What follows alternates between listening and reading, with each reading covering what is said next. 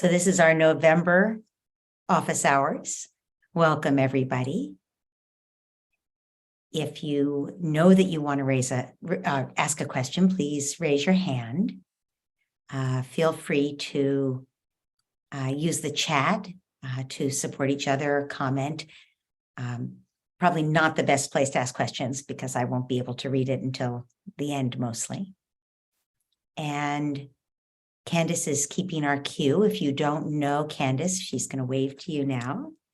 Candace Kilbieski is the chief admin for our Facebook group, the big one for the course, but also the one for the membership that you all are part of. And also, I'd like to introduce Heidi Whipple. Heidi, if you can wave. You'll also recognize Heidi's name from both of our forums. So welcome to our November office hours. And Candace, should we go ahead? I see one hand up. That's Rachel. Should we go ahead with Rachel? Great. Rachel, hello. Why don't you unmute yourself? Hi, Dr. Laura. Thanks for taking my question. In regards to my daughter, she'll be 3 in February. And so I'm noticing, I think a lot of it, the bigger behaviors start coming out around this age, but I'm noticing we have a long-haired dog at home, and most of the time, he ignores her. She loves him. She's great with animals, but there are times that she'll try and pull his hair, or lately she's kind of put her foot in his face, not necessarily kicking him, but getting close. And so it's the way our setup is, it's a little bit difficult to keep them completely separated all the time. And my dog, of course, likes to be around people. And so it's kind of a tough thing. And I guess my question is not necessarily specific to that, but I have had some instances where we do have a stuffed animal that looks like her dog, as well as some other stuffed animals. And she has kind of played this out with me where she has her stuffed dog and she grabs his hair and she's pulling it, and I pretend like I'm her dog and I cry and kind of try and get away and try and help her realize a repair, oh, should we give him a hug? Do you want to get him some ice? Things like that.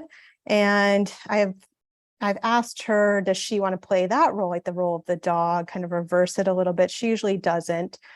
Kind of a similar play thing yesterday. We worked out she bumped her head, and so we played that out with one of her stuffed animals over and over again. I just wasn't sure if you had any ideas of how to maybe play this out with her. I guess I'm feeling less creative on how to kind of play more than one scenario to kind of, I don't know if this is kind of how I can help her work through this and the emotions and maybe the power struggle that she's feeling with this, but I wanted to see what suggestions you had. Well, so first of all, I hear that you've been using play to help her work things out. Like if she gets a bump, that you help her work it out, and she likes to do it over and over again until she works it out. And that's great. Play is a great way to help kids work out, trauma, stuff they're struggling with. In fact, play is how children learn, right? They work on whatever they're working on through their play. And one of the ways we know that they're not, that they're stuck with something is that they play it exactly the same each time. They should, when they play it, change it just a little bit. There should be a little bit of movement in the play to show us that, which shows us that they're actually making progress in working on it. But of course, play is not the only way that kids work things out.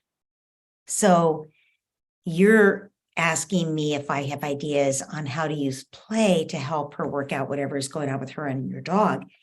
And there may be some ways in addition to what you've done, because she has a stuffed dog that is like your dog, and that's great. And I think there are other ways as well. And so I would wonder, it sounds to me like there are 2 possible things going on, and maybe both of them are going on. One is that a 3-year-old doesn't have a lot of experience of power in the world.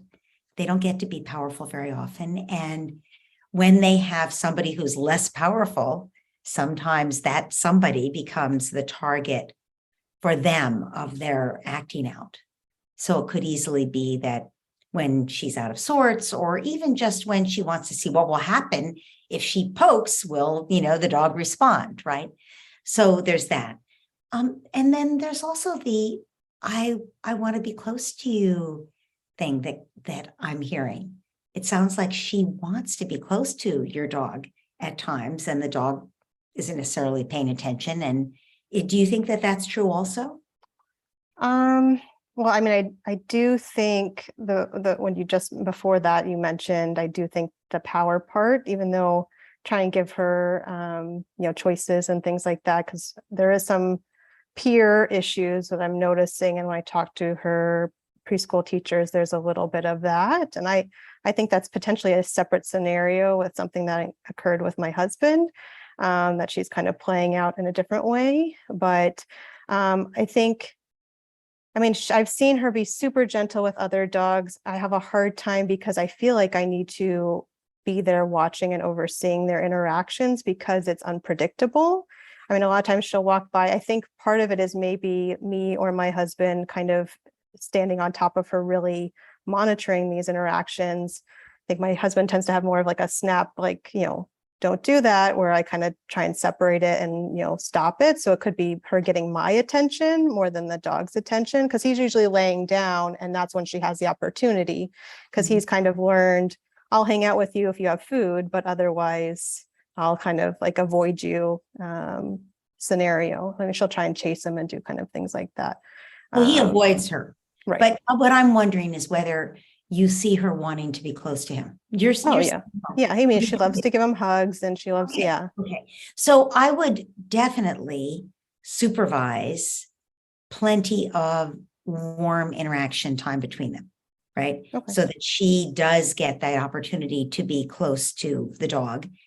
And at the same time, then she's also getting attention from you.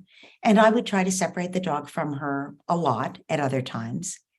And I would also try to help her notice, become more consciously aware of what leads her to engage in certain ways with the dog. So if you can't supervise, if you've got to do something on the computer, you've got to get dinner and you can't be there to supervise, I would actually use a baby gate. The dog can stay with you in the kitchen while she's in the next room, or she can be with you in the kitchen while the dog's in the next room. But I would not let them be together, because your dog deserves protection, obviously. Right.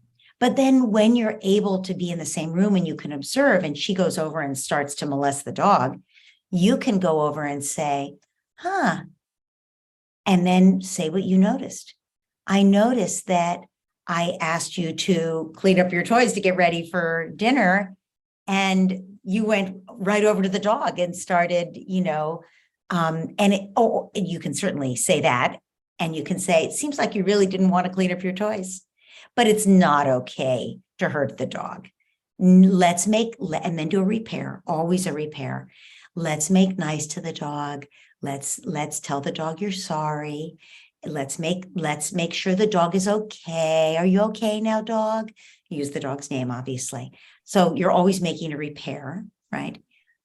And also you can say, in the same way that you would with a nonverbal baby as the target, when the baby's the target, you would say, doesn't look like the dog likes that.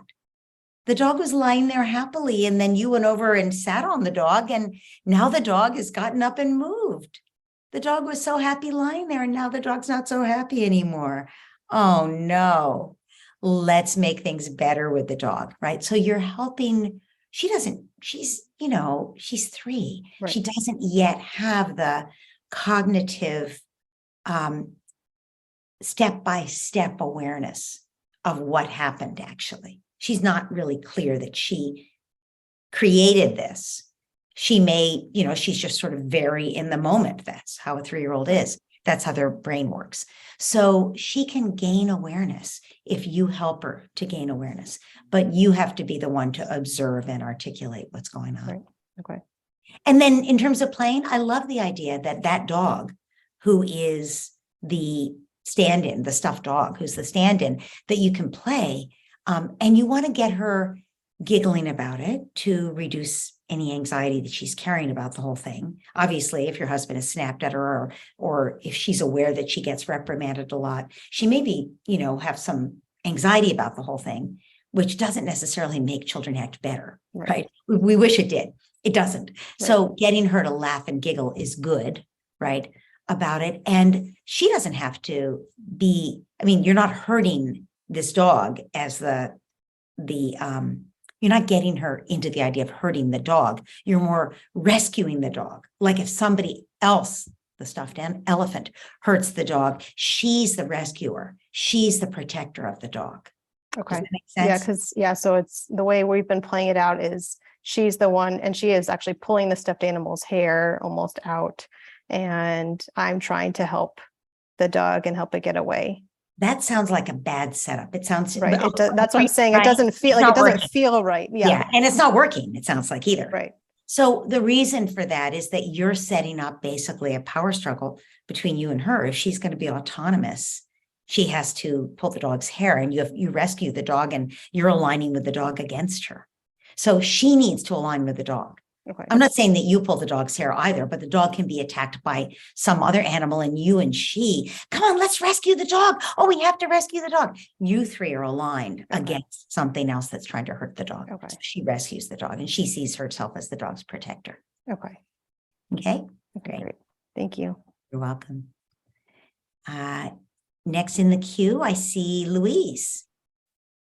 Hi. Hi, Louise. So I have a 7-year-old son, and he's quite kind of like I don't want to spend too long on the question because I know type of time. Okay, so for example, whenever he falls over or hurts himself, the first thing he says before I've even had a chance to like react and go to him and go, "Are you okay? What's happened?" The first thing he always says is, "You." And his first reaction whenever he falls over and hurts himself is to be angry and help. Like, I'm doing the empathy, I am, but it's hard, it's hard. What do I do? So how do you, it sounds like this is very frustrating to you, that he gets hurt and gets angry. Yeah, but I don't feel I'm making any kind of progress. So most humans, when they get hurt, they get angry. It's a normal human defensive reaction. When we're afraid, we get angry. When we're hurt, we get angry. And the reason is that we don't like those feelings. Those feelings are unbearable. And if you have a highly sensitive person, they're more likely. So they might collapse in tears, so certainly one response to discomfort is collapse when it's extreme and we don't feel up to it, right?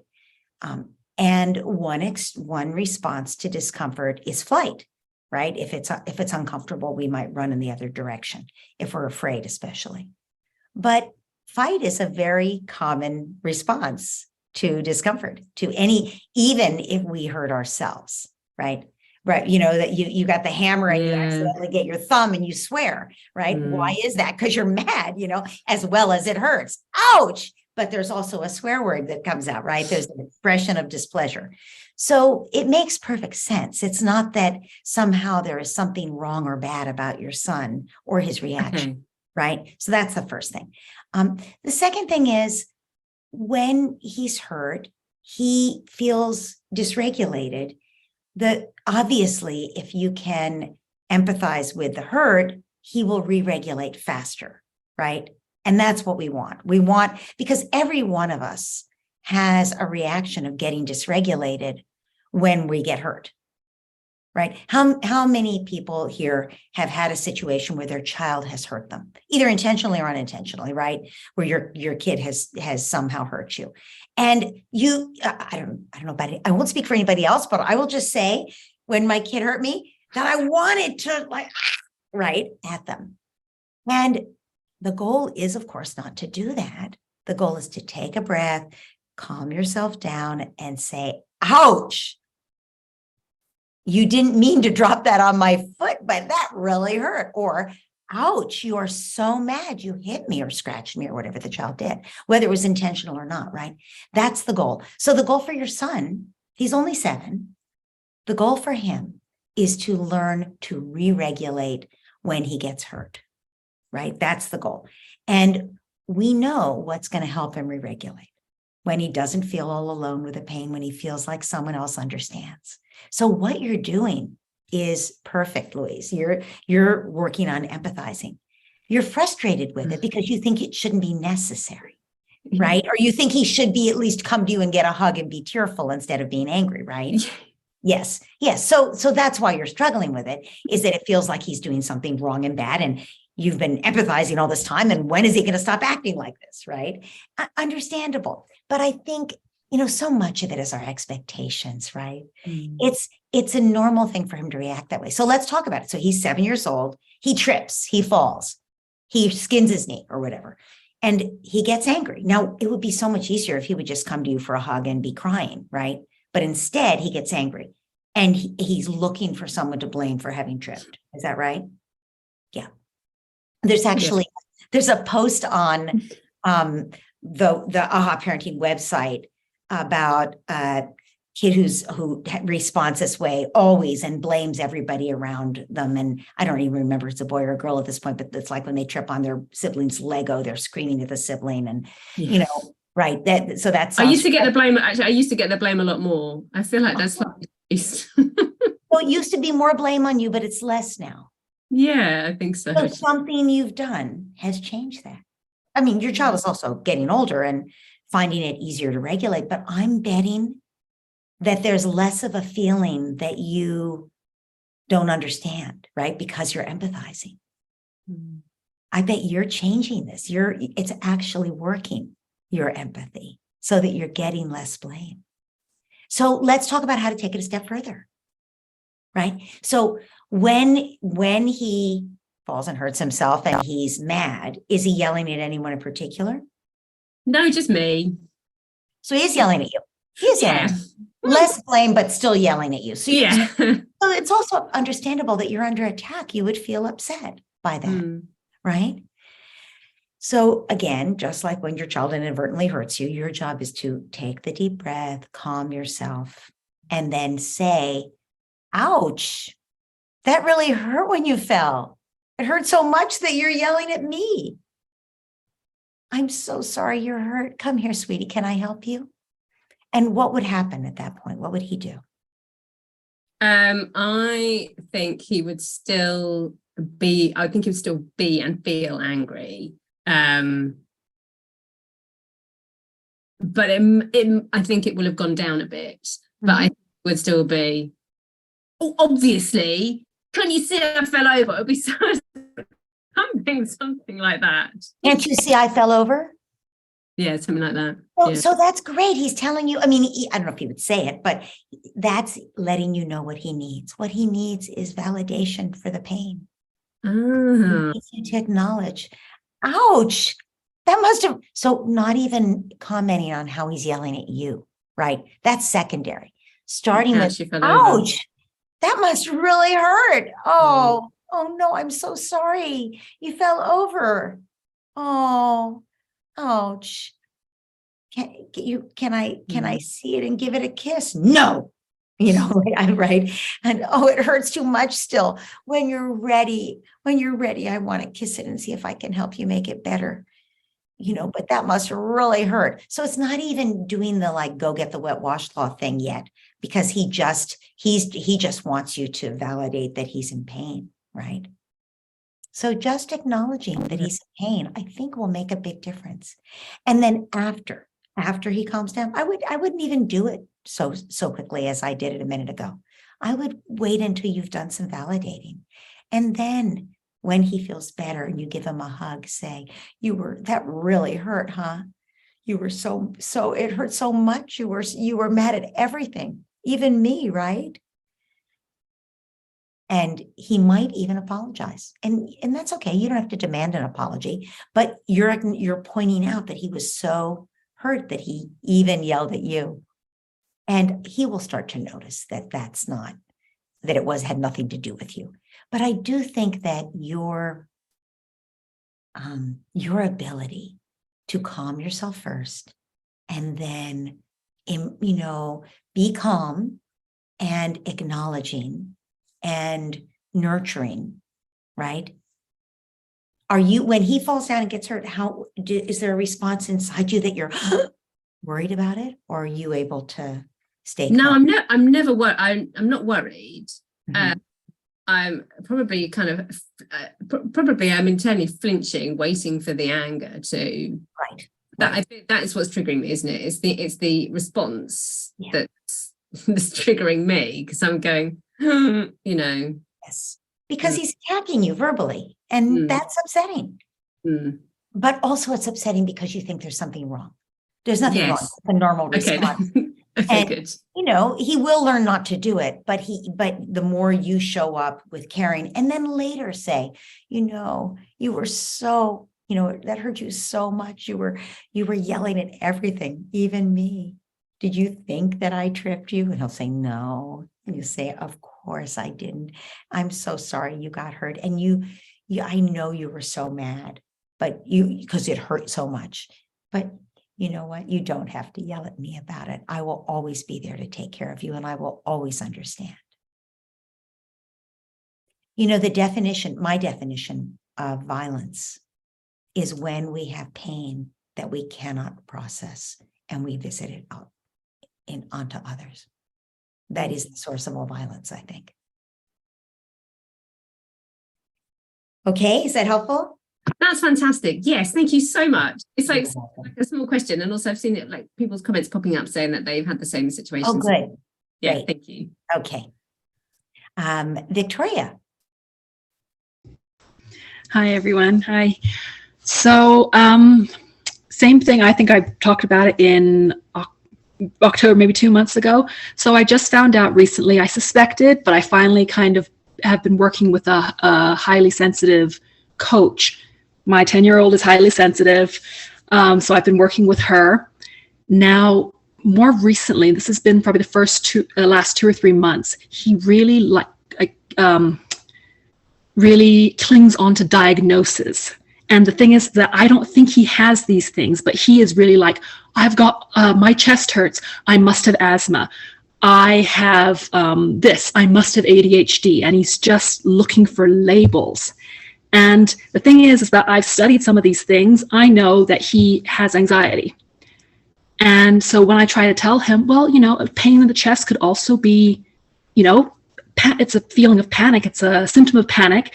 And we already know that you kind of have these panic attacks. So maybe what if it's not asthma? What if it's, a symptom of anxiety, and doing some of these things will help it calm down? No, definitely not. It's definitely asthma.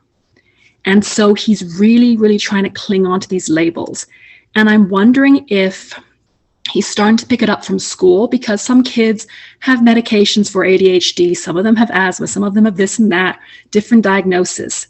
And he is maybe seeing some of the attention they get at school. And I think that's where it's coming from.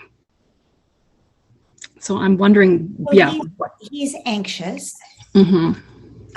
And one of the things that happens when you're anxious is you try to find, all humans try to find an explanation, right, for whatever is wrong, whatever is bothering us.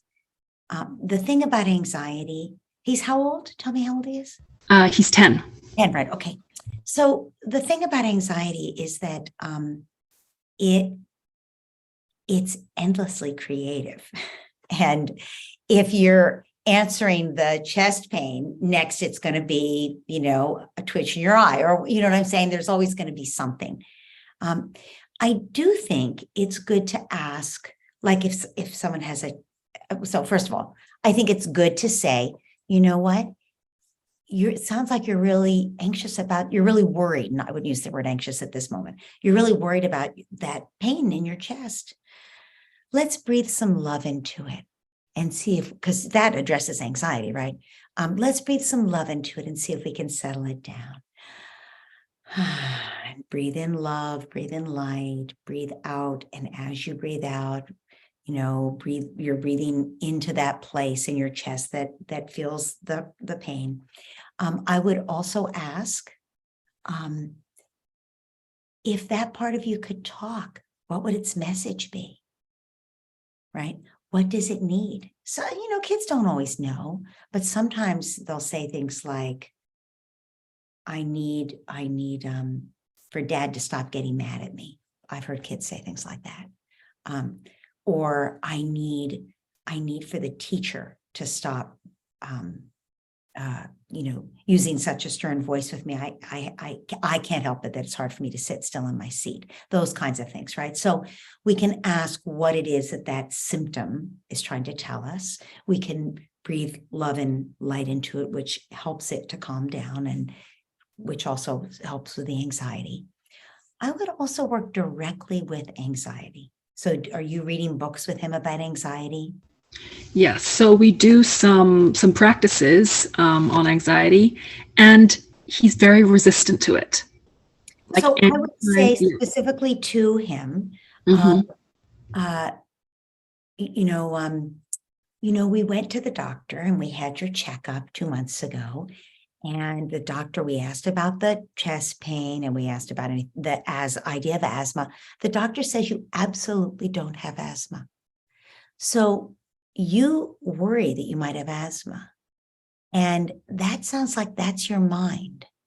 Your mind is scaring you because it doesn't know why you would feel this thing. But what you're feeling, what you're describing to me is feeling like you can't catch your breath. And that's very common for all of us when we get worried about things. So let's do some work on that and we can get that to go away. And I would give him a framework to understand. Once he gets this framework of anxiety, he'll actually be really happy about it because it will explain a lot of things and he's looking for the explanations, right? So when you say he's resistant, it can't be introduced in a way that makes him feel like you're invalidating his other stuff, right? Like if he says, but I have asthma, when you say, no, you're just anxious, the just is a problem, right? Because it makes him feel like, well, no one's listening to me. I have these symptoms, right? So he needs to hear that actually his body is what anxiety is the body reacting as if it's an emergency. That's what's going on with him. The body is reacting as if it's an emergency. It thinks it's an emergency. And so you're saying to him, you are very worried about this. In fact, I know how worried you are about it because your body is listening to your mind say that it's a problem and your body is acting like it's an emergency. We need to ask your body what it's telling us, and we need to help your body settle down. We need to give it, you said you would do some practices. We need to give your body some tools. Let's do some practices to help your body settle down. Because that's what anxiety is. It's this feedback loop where the body feels anxious and the mind goes, oh, there must be something to be anxious about. I'm getting fear signals from my body. And then the mind gets, I must have asthma. And then the body goes, oh, I can't catch my breath, right? That's the fear loop, the anxiety loop.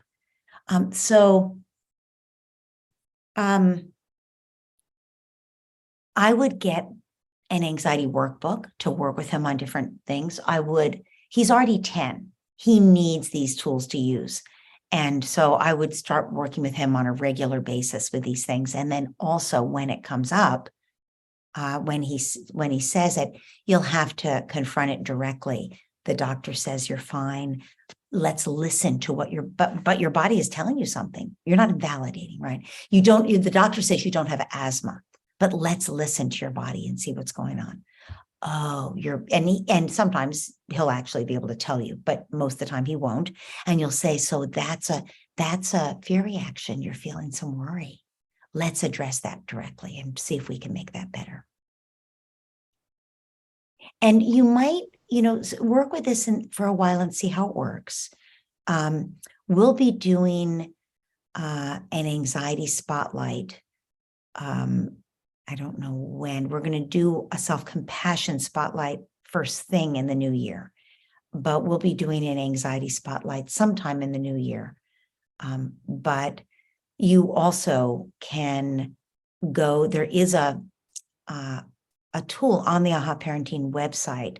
There's a several printables and audios that are helpful to help kids with anxiety that you can get, that you would pay for on the website.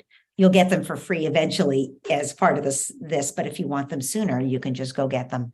They're on the website for sale. A lot of the things that are for sale on the website, in fact, basically almost everything, either I give you free or I do give you free, but eventually, when we come back around to that spotlight. Okay. Thank you so much. Sure. Our next person is Disha. Disha, are you still with us? I don't see you. Maybe you're on the other page here. Disha was doing perfect. No, I don't see her. Okay. Disha was doing a Child pickup. So she's on our list, but she may be. got it. Can we go to who we haven't heard from a long time is Zelda. Zelda, can we go with you and then Disha? Hi. Hi, Zelda. Hi. I don't know if I've got my video going yet. Hang on. You don't have your video going yet.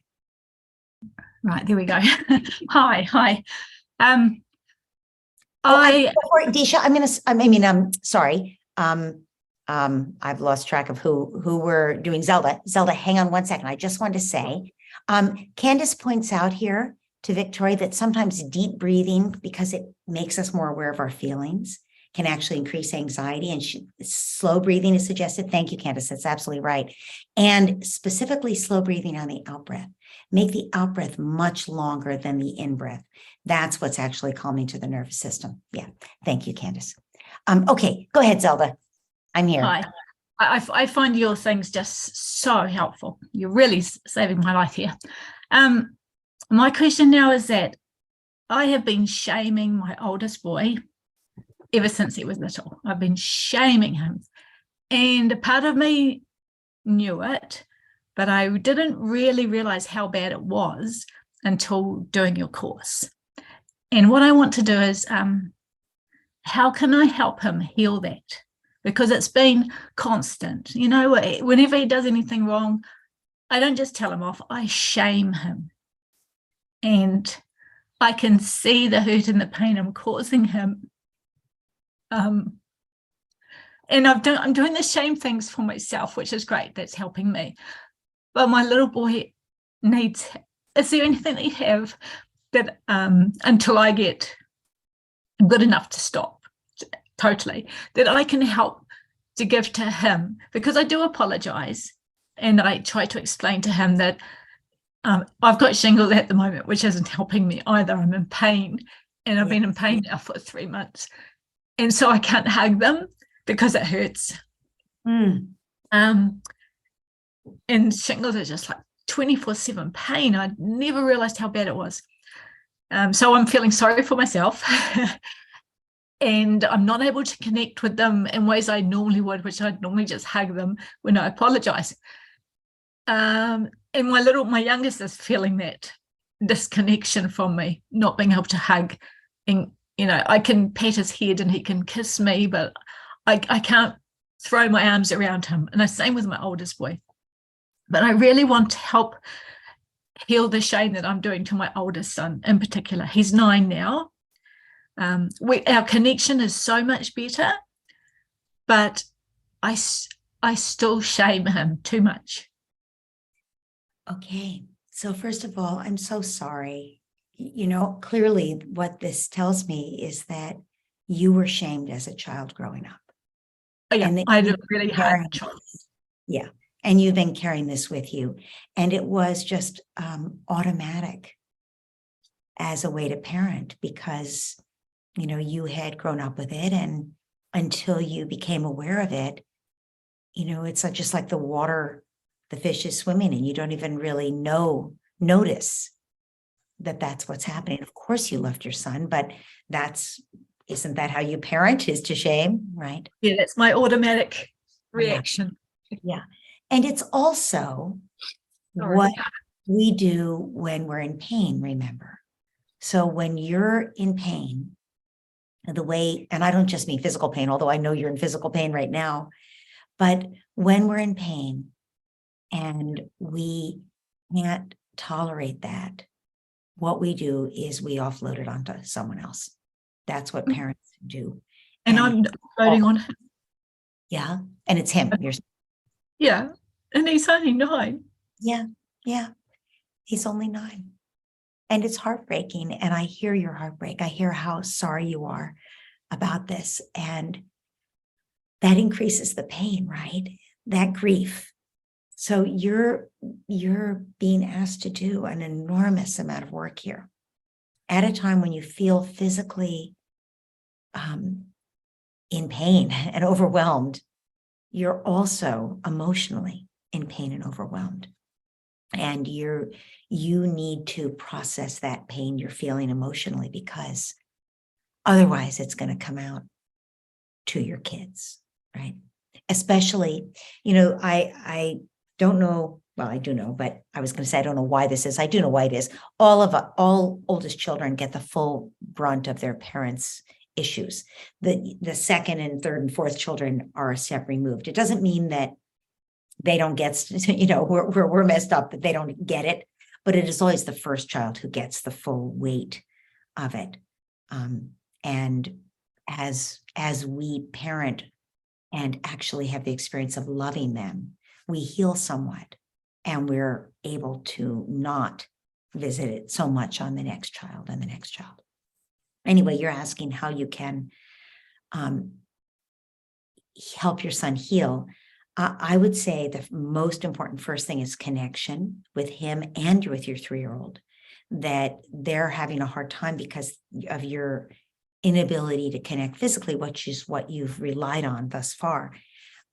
I think you need to find other ways to connect with them. You need to laugh with them. You need to touch them, even if they can't touch you. Maybe giving them massages, maybe finding ways to laugh that are not roughhousing, obviously, because you can't roughhouse right now, but finding ways that you can connect with them is really important right now. Anything warm, anything where you're looking at them and just loving them and sort of beaming your love at them will help. And anything you can do that verbally validates them and helps them feel seen, where one of them is playing and you say, "Oh, I see you're building that tower so high. Look at that." Or, you're painting and I see you're using a lot of blue. Whatever it is that you notice, acknowledge. You're not evaluating, "Oh, I love blue. It's my favorite color." Who cares if they're using blue? You don't want them to only paint blue, right? The point isn't that, and the point isn't tall towers. The point is to acknowledge whatever it is they're doing so they feel seen, because that is a very foundational connection, right? And that will help with the shame that will help with I'm still talking about connection. So what shame is a sense that you're bad and wrong. And it's not just that you did something bad and wrong, it's that you are bad and wrong. And that it's so serious that you could be rejected and not loved. That's what shame is. And so when we can't bear it, when we feel that feeling of shame, like you might say, "Oh, how could my son behave that way? He's so terrible. It must mean I'm a bad mother." And you feel that shame. And then you turn around and you say to him, "How could you behave that way? What a terrible boy you are," or whatever you say to him, right? It's mostly when he hits his brother. It's Okay. mostly when they're fighting, and because he seems so much bigger than his brother. Casper's 9, Christoph's 6, and he's always, to me, as soon as Christoph was born, suddenly Casper, who was only 3 at the time, he seemed like this huge big kid against the baby. And so I think ever since I've been unfair to him since then, because he seemed older and bigger, and when he hurted, I understand now why he was doing these things, but I only sort of came across you a few years ago. So back then I didn't. And I'd be, "Oh, you're mean. Don't be mean to your brother. That's so cruel. Don't hit him." And so setting the limit is the right thing to do. Obviously, shaming him is not helpful. And I hear you, that that you said things to him that were not that were not helpful. No. Yes, mean. And I would have that conversation with him. I would have, you know, the sibling work that we've just been doing. It's to melt the chip on the shoulder. One of the parts of that is to acknowledge to the child when you have been not who you wanted to be as a parent. When you know, to acknowledge to the child, you know, when your brother was born and you were having a hard time, and sometimes you would hit him because you were little and you were mad and you didn't know what to do, and I wasn't helping you with your feelings. And I would yell at you and tell you how bad you were. And I'm so sorry that I didn't know how to help you then. You were never bad.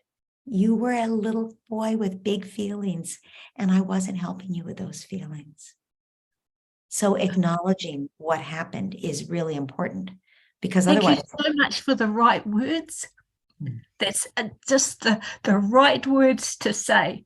Oh, thank you. I listen to your videos constantly to get the right words, because the words that come out of my mouth, I'm like, what the hell? Where did that come from? That my intention's good, but my words are not right. So I listen to your words and I literally write them down, and then I read them out almost. Zelda, how wonderful that you're so committed to breaking this cycle, because those words don't come out of nowhere. They come out of your own childhood. And so that's what was said to you. And you're finding different words to say to your children. From you. And your son, you know, he's still young enough that you're being able to talk with him this way and stay connected with him is going to make a tremendous difference for him. And the work that you're doing now from the course to heal shame, you know, he can do some of that with you. You can talk about how it's been helpful to you, and would he like to listen to that with you? And he's, you know, some of it might be lost on him, but for him to do a 4-minute daily inspiration, one of the ones about healing shame, would, you know, it might be something that would be very meaningful to him. Okay. All right. Thank you so much. You're welcome. I think that Disha was next on our list, but I'm not sure she's back with us. Hi, Dr. Laura. I am here. Sorry, I was shuttling the Hi, kids. Disha. Hi. Hello. So, Dr. Laura, I think I need some strength and some guidance, because you know how you say, like, it's like peeling layers of onion, right? And since I took the course last year in fall, a lot has improved, a lot has changed. But this past weekend, we had a family visiting us, and I think, I think a lot of things happened, and I was left questioning my whole approach. And even though I believe in it so much, right now I think I just don't have the clarity to keep going. Like usually, I'm able to trace things back to connection, and self-regulation. But I think so the other family that was visiting us, they had 2 kids just like us, similar age, and they were just like, they were able to move really fast, like every day, like, you know, things were being done on time and everything. With my older daughter and younger one, it's like the younger one doesn't even exist for me. I'm so focused on the older one. But with her being strong-willed and goofy, we like, for us it was a different story. So for example, there was this one day where we were going into Washington, DC, and my friend couldn't drive. So I was driving. I had both my daughters and her son in the back seat, and both my kids were fighting as to who will sit next to the new friend. And no matter what we did, like, we couldn't come to a win-win solution. And then finally I did start driving, and throughout that one ride, she was, my older daughter was super upset with me. And usually I would be able to handle her upset in the ways that you teach in the course. Like I would use empathy. I was driving, so I couldn't really make eye contact, and I just kept shut because I think anything that I would say would just further instigate her. I'm not sure what was going on, but anyways, like I think we spent 5 days together with that family, and I understand that that's a long time, but I just felt that like my kids are so misbehaved, and I know that's not the case, but I don't know, I felt rattled at a lot of levels. So I just need some guidance and strength, because I know this is the right thing to do, but right now I'm just having a hard time going forward with that. So, how many people here have had the experience of looking at another family and thinking, how come they have it together? How come their kids are well behaved? How come my kids are such a problem when their kids are well behaved? Anybody have that? Yeah. Yeah. And, you can't compare to another family, because who knows what those kids' issues are versus what your issues are. That's the first thing. Another reason you can't compare, and I'm not saying this is the case for that family, but we know that kids with authoritarian parents are better behaved when they're younger, unless they're super strong-willed, in which case, forget it.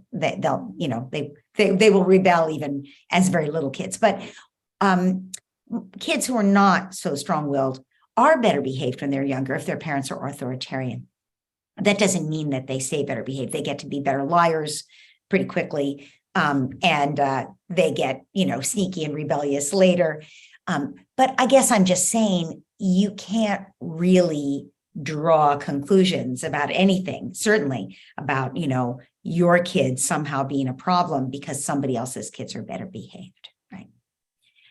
So that's the first thing I'd say.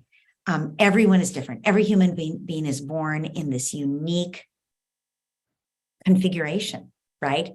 Some of us tend toward being a little anxious. Some of us have sensory stuff. Some of us are outgoing. Some are, need a lot of downtime. Everyone is different. So there's that. Just to start with, you can't compare your kids to their kids. The second thing that I heard you say is your youngest daughter doesn't exist for you because you're so controlled. I know you didn't mean that. I know you didn't. But I do hear how much focus your older daughter takes, that there's this enormous focus. And I don't know enough to know whether that's because you're healing old stuff with her and she's getting better as she goes, or whether you need more tools and more support. That's entirely possible, that you need more tools and more support. I know she's strong-willed.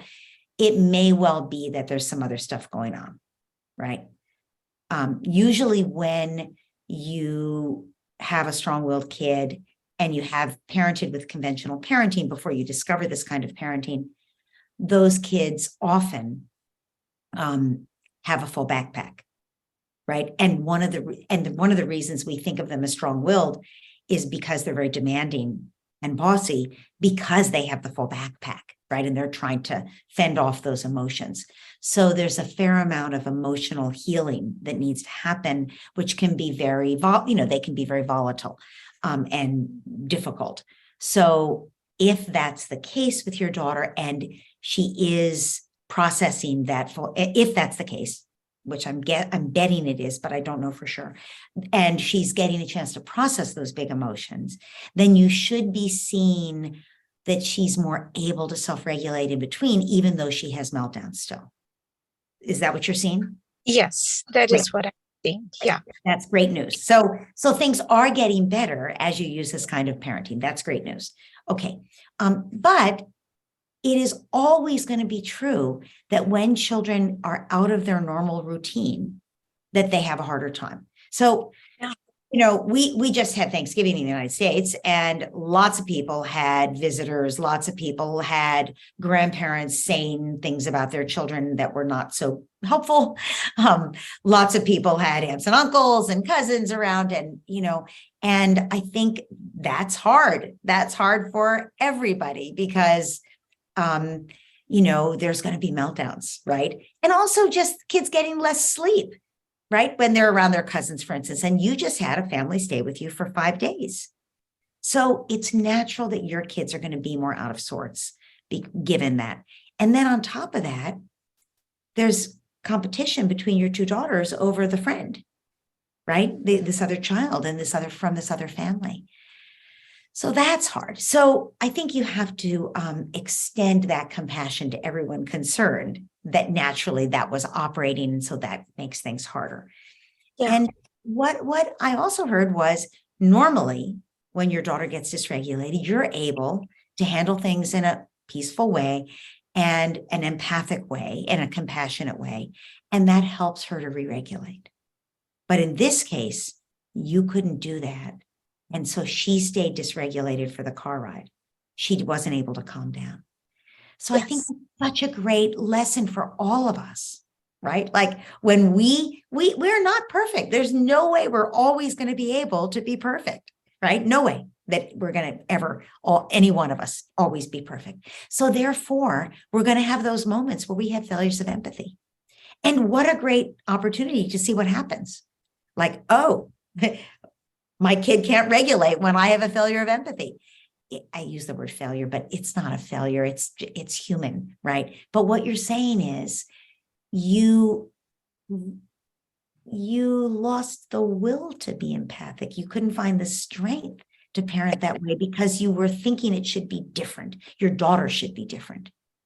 I was just, I think I was still shocked. I don't know why I was shocked, but I think I decided to keep mum because it seemed like anything that I was saying, she was picking a fight related to that. Like she was just being instigated by it.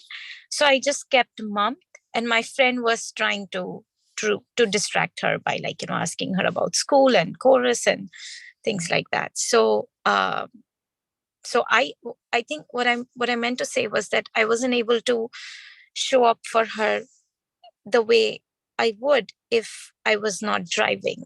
I had to stay focused on the road. So it's hard when you're in a car. I mean, that's one of the times you can't actually respond. yeah. And what's interesting is that, so it's, of course, it's very hard to help kids process emotionally when you're driving a car. And most people, if they're not your child's parent, are going to try to change the subject and distract them, because even if they're better with their own child, more compassionate with their own child, more empathic, it's their own child. Of course, they're more intimate with their own child. It's harder for them to do it with somebody else's child, right? Any one of us who was in that car with you, this is not about your friend being somehow not, doing a good job. Any Yes. one of us in the car with a child who we don't know as well, we're going to be, I might say, if I were in that car, I might be able to say to her, wow, you're upset about this. You really wanted to sit next to him. It's really important to you to be good friends with him. And it doesn't seem fair to you that you didn't get to sit next to him. I might have said that, right? I'm a child psychologist, right? No, most people are not going to be able to do that in the car with a child. So naturally, that's what happened. I think we just have to give ourselves and everyone else involved some grace about it and say, well, she had a hard time recovering when nobody was dealing with her feelings. And of course, no one could deal with her feelings, right? Yeah. Yeah. And the interesting thing was that once we arrived to the destination, and my husband and my other friend and one other kid was in other car, once we got out of the car, everything was like normal, and she was playing and all as if like nothing had happened, and she forgot about the episode. So it was almost as if she needed to get some frustration out, because I keep thinking of the backpack analogy, right? That she just needed to get some frustration out, maybe something that must have triggered her about a past experience, maybe. At least that's what I tell myself. You can tell me whether that's right or wrong. Well, I think everyone wants to feel seen, and she was expressing her displeasure. She wanted someone to acknowledge her displeasure. And until we feel like our frustration is heard, right, it's going to escalate, actually, or at least it's going to sit there, right? And we're going to feel frustrated. Anger needs to feel heard to dissipate, right? So in that case, like, I mean, how do I know? Like, I see her need for attention, but I am like, for every 3 hours that I spend with her, I spend 30 minutes with her younger sister. So I am giving her a lot of my time. And even like maybe 1 year is not enough, and she's 10. So 10 and a half. So maybe I need to continue on this path for a little longer before I can really meet that need of hers and, you know, fully unpack the backpack. You But did I was say, just, you did say that things are better in between. they for are, yes. So that's great. So what you are Okay. doing is working. Okay. And using the tools, meaning some time alone with her, special time, right? That's unstructured time where you're really connecting, right? Mhm. Laughter is critical to empty the backpack. Mhm. Laughter, daily laughter is critical.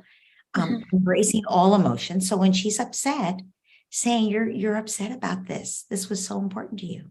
And Yeah. even later, you know, even after that, where you all got out of the car, to walk next to her and say, looks like you're feeling better. I'm so glad. I just wanted to Yeah. tell you, I understood that you really wanted to sit next to him. Yes. You were really sad that you didn't get to. Yeah. Yeah. That's true. That Acknowledging makes the story, sense. right? So using the basic preventive maintenance tools and Yeah. making sure there's opportunities to cry Yeah. will really help. That's how empathy is what helps a child feel safe enough, right? Yeah. Yeah. But also laughter. Yes. Laughter eases the tension so that the Right. child is more likely to be able to cry without having to get angry first. Yeah. That makes so much sense. Yes. Thank you so much. It's funny. I listen to your lectures pretty much every day, and I keep finding new ways to implement it, or like, you know, like light bulbs still go off. So thank you, Great. Dr. Tara. Thank you. Okay, so Candace, do we have a cue here that I should be looking at, or you just? Yes, we have Phil yet. If she's able to ask right now, she's on a commute as well. Just checking in. Okay. Hi. Hi. I will ask real quick, and then I may just need to go and pick my daughter, and then if I cannot listen, I'll listen later. But I was actually debating between two questions today, and Disha asked my one question. Like, I just had the same problem in the middle of a restaurant, and I totally was in the same boat. But my other question that I want to ask is so it's about how to react to sibling conflict, and to make sure that I'm understanding it correctly. So my understanding is that, let's say two siblings are arguing, and when we go there, it doesn't matter who started it or who wronged the other kid. We are trying to, you know, each listen to each kid and, you know, find like a win-win solution and make it up to the other child if someone was hurt. But my question is, like, what if something happened right in front of us and we know who did it? And the context is that, so we went to a restaurant where both kids picked Oreo puddings, and one child's pudding had more crumbs on it. And I know that that child picked that. But then when we were at the table, the younger child, who is 5, claimed that Oreo pudding with more Oreo crumbs. And she started melting down when we said no. So eventually the older child agreed to her sister having the one with the, you know, more crumbs, and we just let that go. But I mean, I don't know if it was the right way to go about it, and I just didn't want to make a scene, and, you know, with friends in the middle of the restaurant. But I don't really know if we did it the right way for both kids. So I'm just wondering I have a question. what we should have done. So first of Yes. all, by the way, there is something to add to your description of how to handle sibling conflict, which is that you uphold family rules. Okay. Right. But my question to you is, Yes. when your oldest gave in and gave the pudding that she had actually chosen to her little sister because the little sister was so upset, was she under pressure from the adults to do that?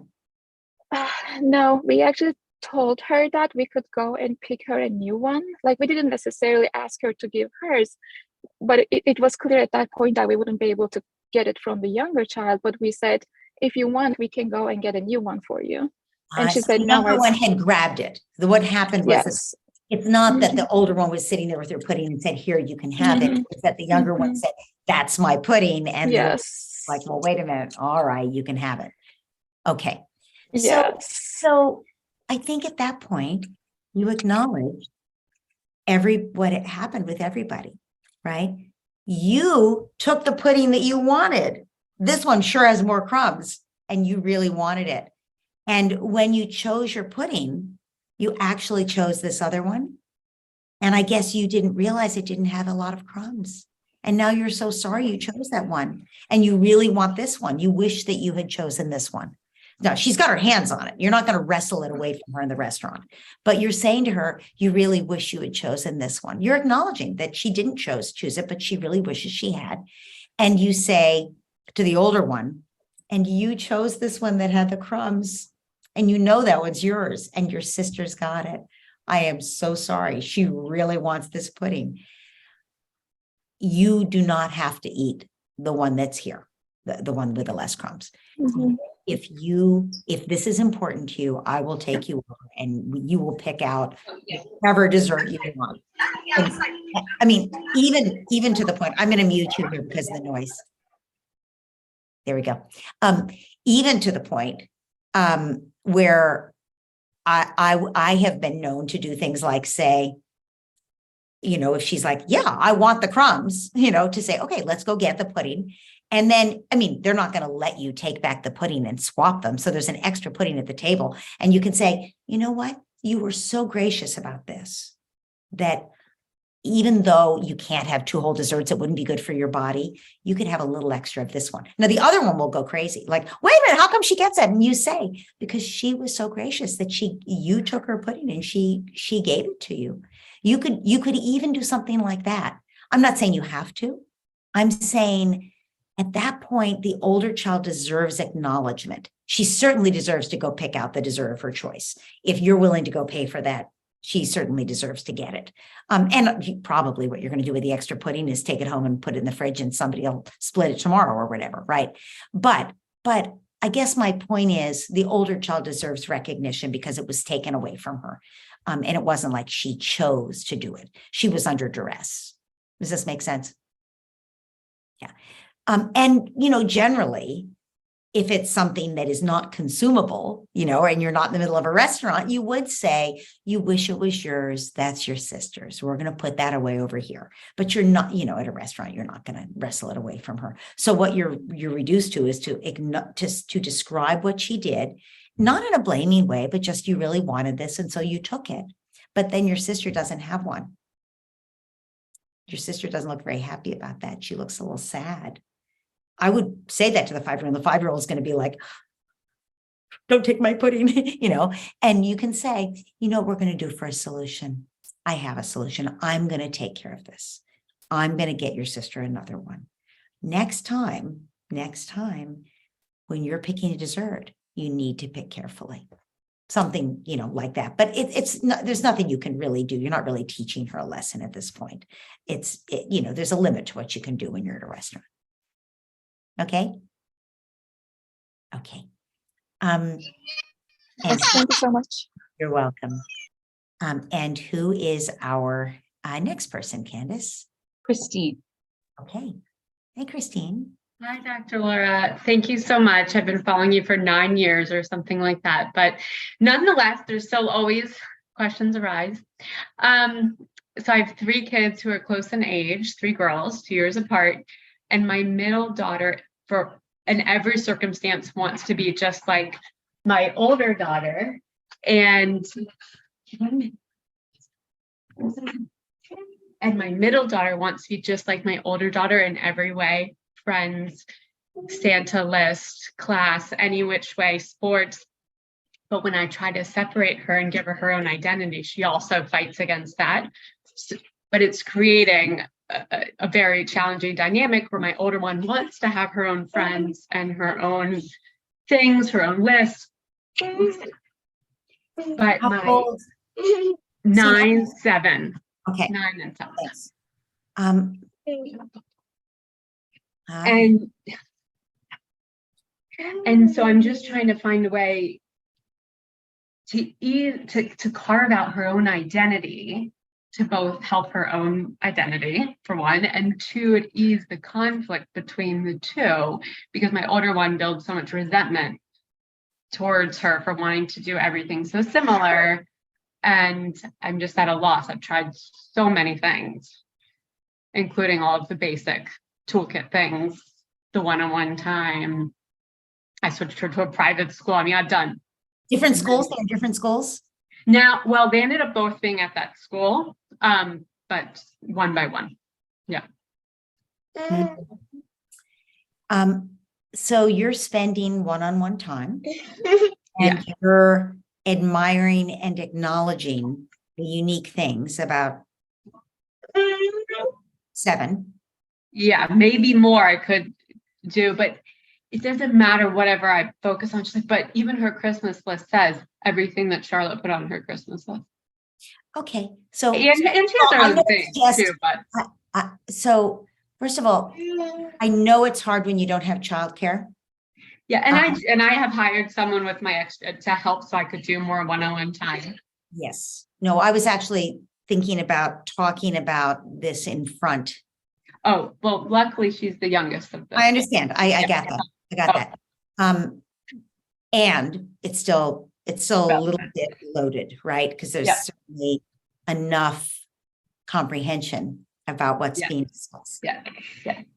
I would say that the connection tools and the affirmation really matter.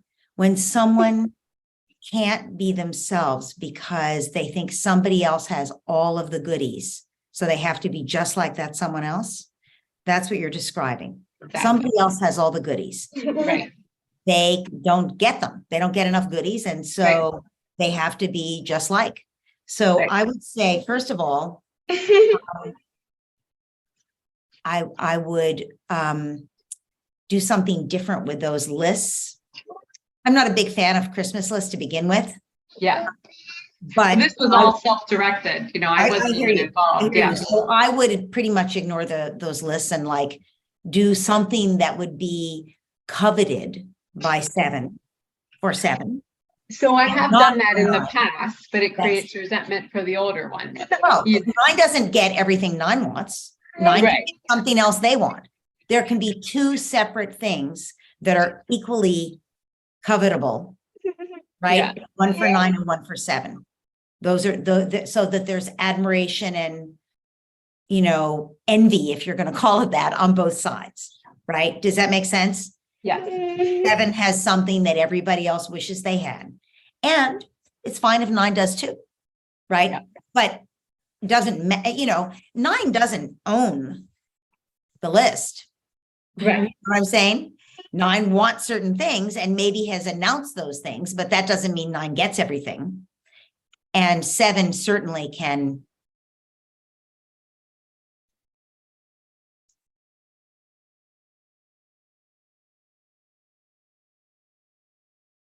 And I am going to go ahead and talk because you can watch it later if you need to. Yes, I'm sorry. For a reason. So anyway, in terms of the list, 9 doesn't own that list. 9 maybe wanted. I mean, that was just an example, right? I'm not getting caught I hear up you. in like the I hear you. nuances. But I think the basic But point it's holds. like the pajamas, the breakfast, even if she gets exactly, what she wants. I've really tried on the language. You are just as special. We're all just as special. I almost even have removed myself from the content. What is Ellison? It's my middle child's name. What does Ellison feel in her heart? What is Ellison's body telling her? You have a unique body and unique interests, and really using the language to try. And I don't know if it's developmental, and like by 7 or 8. Not developmental. Okay. She has spent 7 years watching somebody else be perfect in her mind. Right. And get everything that would be a perfect situation. And if she could just be that, then she would be good enough. That's Right. what's going on. That's exactly She what's needs to going be on. seen for who she is. So the special time that you spend with her has to be about acknowledging her. And when she says, but I want XYZ just like 9, your response is, I am just focusing on you right now because you are my one and only Allison, and I love you and I want to be with you. I'm not thinking about anybody else. Yeah. And I would really do a lot of unique things with her. Like, go do stuff with her that is just stuff that the two of you do together. You'll find that 9 will start to ask to do those things. We have that. Yes.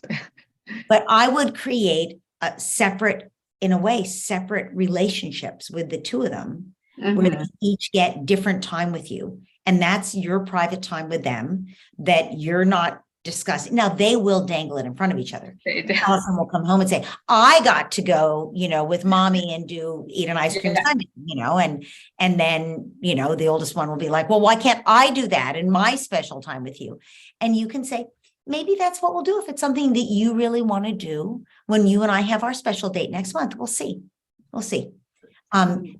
But I would also explain to 7 that this is your private time with her. It's not anything she needs to tell anybody else. She won't be able to keep it to herself. She will share it with her sister, but that she could start thinking of it in that way, right? She needs to feel like when you say you're as special as your sister, she's not as special as her sister. She's special regardless of her sister, right? Yeah. She's unique. There's only one Allison, regardless of how great her sister is or how much her sister gets. She's unique, and she is more than enough as she is, right? It's not that she's in comparison as special. Do you know what I'm saying? Yes. No, that's helpful. He's not seen it that way yet. Yes. No, definitely not. Okay. All right. Good luck. I know that's not everything, but work with that and see what kind of progress you can make. See if you see any progress. Yeah. Okay. Great. Thank you. Good luck. Okay. Who's next? Candace. Ilana. Alana. Hi, Alana. Alana, you there? She may have had to leave for a minute. Alana, unmute yourself if you're hearing me. Okay, let's keep on. Okay, I'm here. I'm so sorry. Hello. That's I okay. just seemed to lost the connection. I had to find a better spot outside. Okay, so I have a sibling rivalry question, and it was really helpful to go to the workshop, and I think there are moments I've used some of that with my twins. They're almost 6, and usually I do get worked up. I've been a little calmer, so that helps us work out some of maybe some of the simpler things, and also trying to give them more special time, which is unfortunately kind of new. I'm a single mom, so it's hard to spread myself around. But this particular issue, I want to say something, Alana, about that, which is for twins, it's even more important, right? It's important for all kids, but certainly it's important if you're having a sibling issue, right? Like we just, when we just heard the sibling issue that we just heard described, it would be an example. But if you've got rivalry between your twins, it's a non-negotiable, right? It's not a luxury. It's like giving them each dinner. They each have to have separate time with you. Yes, okay. I know. When I look back, I wish I had done more of it, because I think it's, there's a lot of undoing to do. I feel like this, and their boy girl, my daughter they both have full backpacks, but I'd say she especially, in terms of her relationship with me, and needing more, getting more negativity from me because she's so strong-willed and I know how to handle it. But there are some things where I feel like I'm helped create this story about her getting ultimately what she wants. And dear to her heart is having me near her. This is another issue that I'm trying to work on. They still share a bed with me. So, it's always that she must be beside me.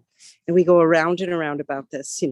We try different things. I don't stick with them because there's so much resistance, and I give in. We take turns. A lot of times her brother just relents and okay, but you can tell he's building up his own anger about it.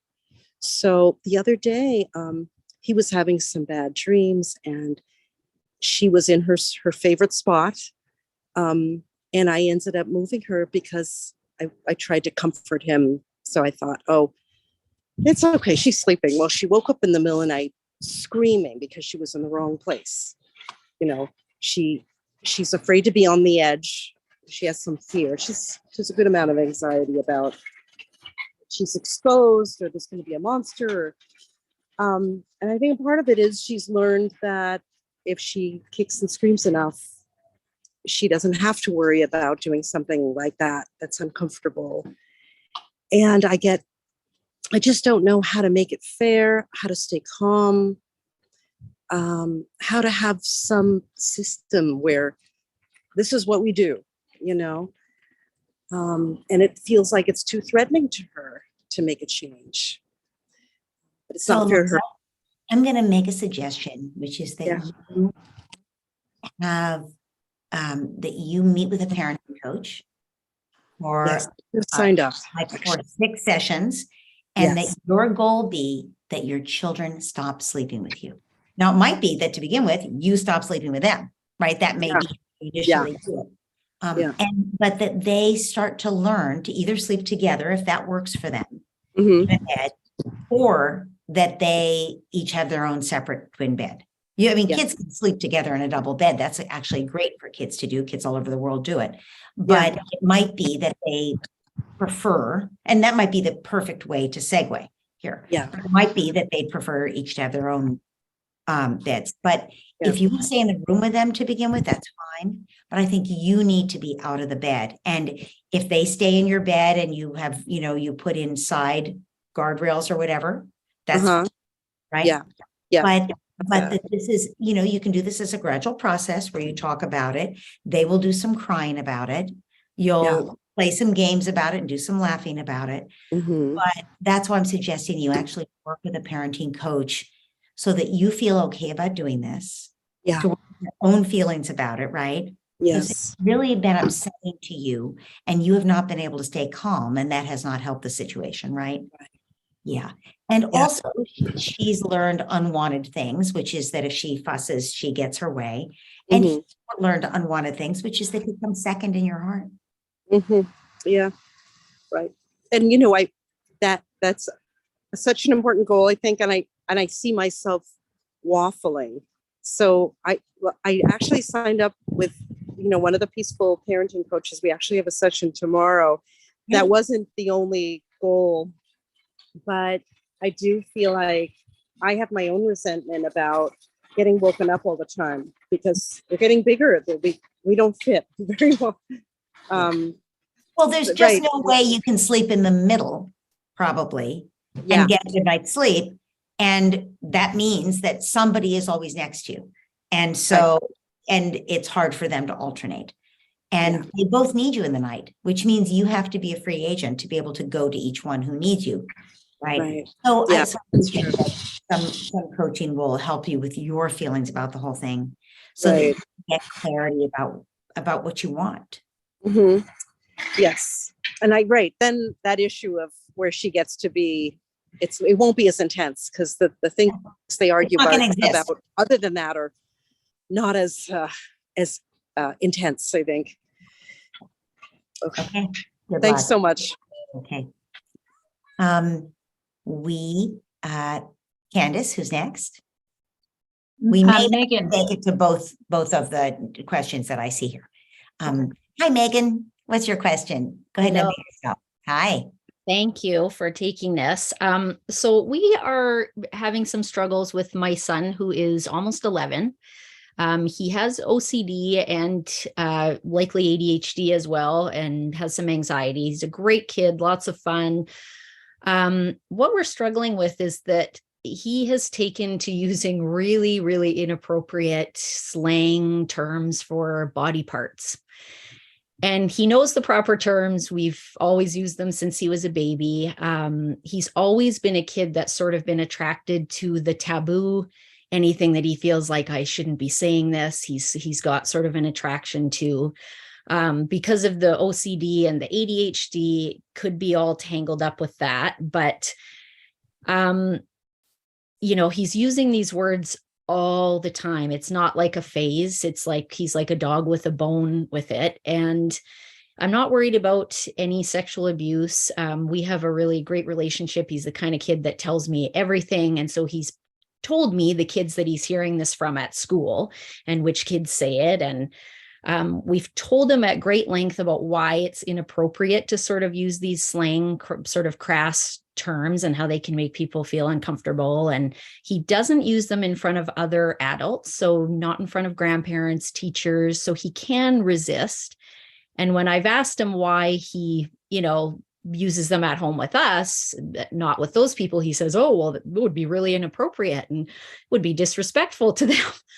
And so we've tried to say, well, it's the same thing with us at home. And you have a 7-year-old sister and she's listening to this and hearing all these things and quite delighted with these new words she's learning. None of this seems to be helping. And so I got curious and was asking him, what is the attraction to these words? Why are you having such a hard time using them? And he said he thinks they're hilarious and they're funny.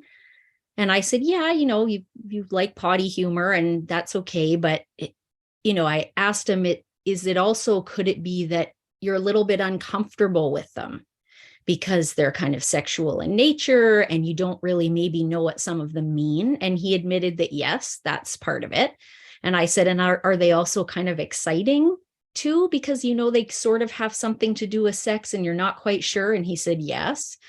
So we had a great talk about, I explained oral sex to him, which it's like, there's a conversation you never imagine yourself having when you first have kids with your 10-year-old. And I thought that might sort of siphon off that top layer of maybe he was feeling a little anxious and uncomfortable, and it hasn't seemed to.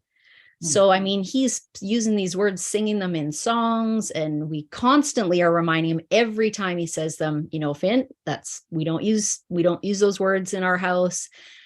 And I'm wondering if you think it's sort of appropriate at that point where he sort of won't stop and his little sister's around to just say, if you need to go and use those words, just go in your room, but we don't talk like that here. Absolutely. I think that's appropriate. Okay. And that's what we've kind of been doing, but he fully views that as like a punishment. And you can say, you can stay with us in this room. You can sing all the songs you want. However, when the song content is, X-rated, you got to go in your room. We got a 7-year-old living here. Sorry. It's not a question of punishment. It's a question of, that's not allowed. If he were peeing all over the living room, it wouldn't be punishment to say you can only pee in the bathroom. Yeah. Right? So it's not punishment to say those are words to use in private. Those are not words I want around me. And they're certainly not words you can use around your sister. And you can do it without shaming him, but say, I see you're getting a lot of pleasure out of those words. Mm-hmm. Got to do it in private. Sorry.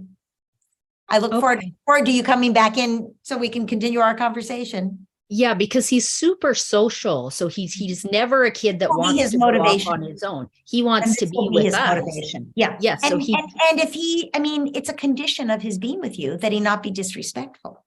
He won't use those words to his grandparents because it's disrespectful. Well, he's being disrespectful to you. Yes. And to his sister. Yes. He's role modeling to his sister something that's completely inappropriate. Yes. And he sort of said, if one of his buddies came over, would he let the buddy say all those words to his sister? No. Okay. That's the answer. No. Okay. That's perfect. Thank you. I'm glad we were headed in the right track. Yeah.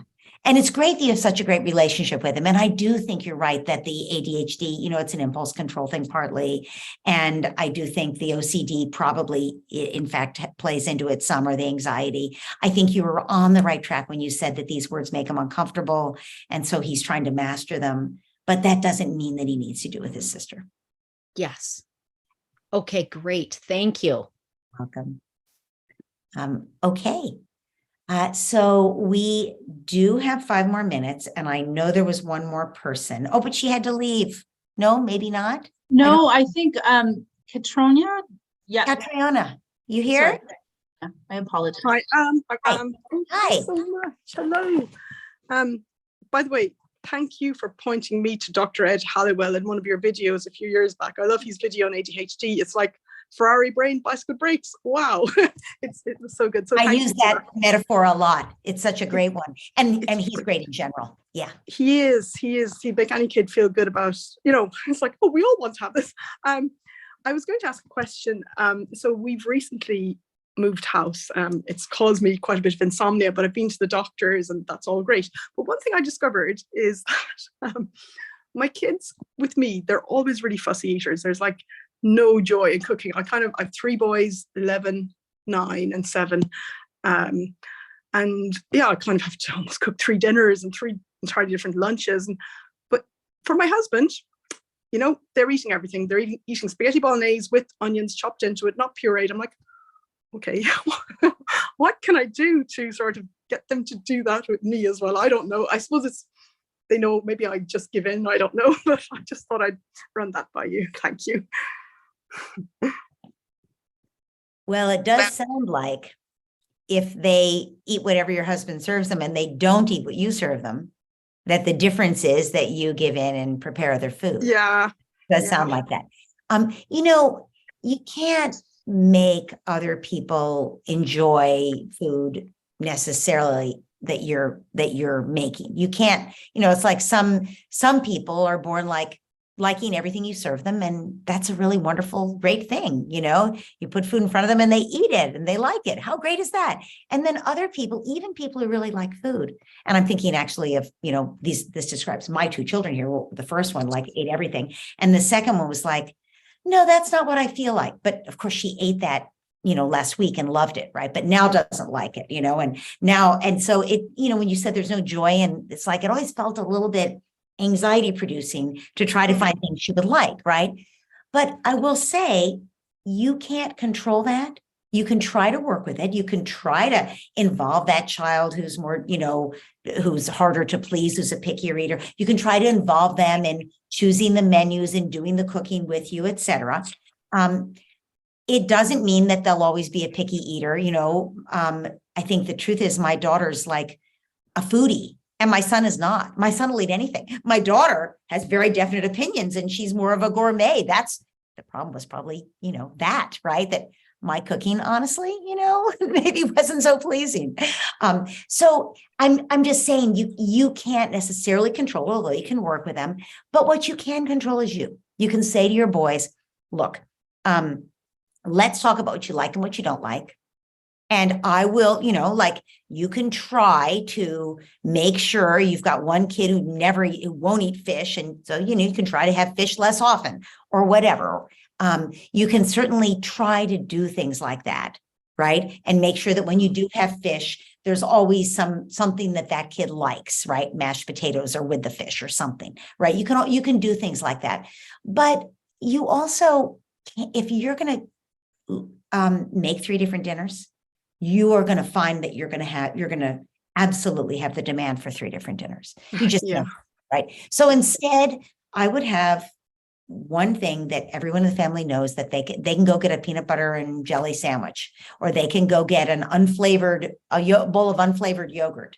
You can do flavored yogurt, except there's a lot of sugar in it, but whatever you want to have be the thing that they can always go get, right? They don't like the vegetable you serve, they can go and get some carrots right out of the bag. They're allowed to do that.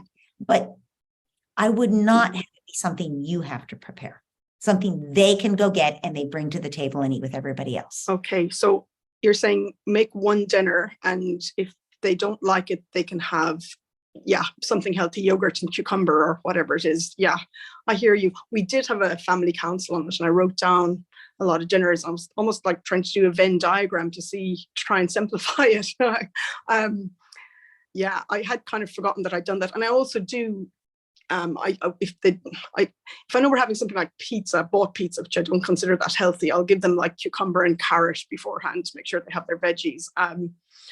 But yeah, I hear what you're saying, and I agree with you. I also have like this concern that, you know, they're going to look a bit funny when they're 18 and someone says, I don't like mashed potato. I mean, I think if I'd heard somebody at university saying that, I'd probably think, oh, that sounds like a 2-year-old, you know. So I suppose there's a bit of fear that they're not liking kind of fairly normal stuff. Now, I guess that's my fear. They But, won't, yeah. you know, the taste buds change tremendously over time, right? What tastes bitter to them now will taste fine later. It's like no little kid eats kale. Many people learn to love kale later in life, right? Mm-hmm. And so I think, you know, you don't need to assume that they're not going to like it forever, whatever it is. Okay. And okay. also, even if they are a picky eater when they're 18 and they go to university and somebody says, what, you don't like potatoes? They can be like, yeah, never did. And then that's it. Nobody cares, right? Nobody True. cares what they You're like. right. You're right. Yes. Thank you, Dr. Laura. That's brilliant. Thank you. You're very welcome.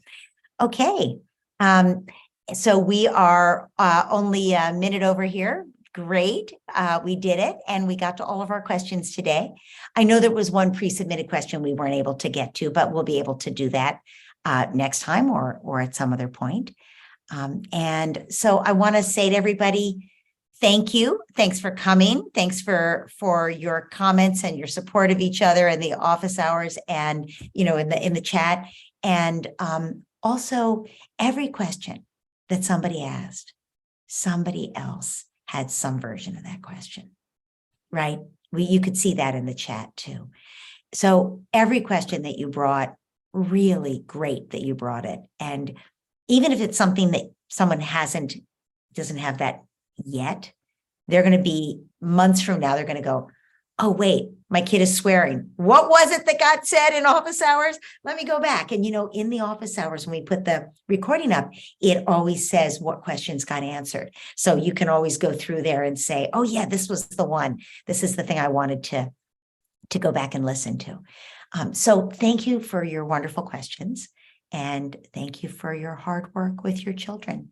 And thank you to those of you who are working to turn things around from what happened in your own childhoods. You know, that is the heroic work. And your children are so lucky to have you doing that. And I couldn't be more proud to work with you and support you to do that work. So please unmute yourselves and say goodbye to each other, whoever is still left. Bye. Thank you so much. Thanks, everybody. Have a wonderful rest of your day. Bye-bye. You too. Bye. Bye. Take care. Bye.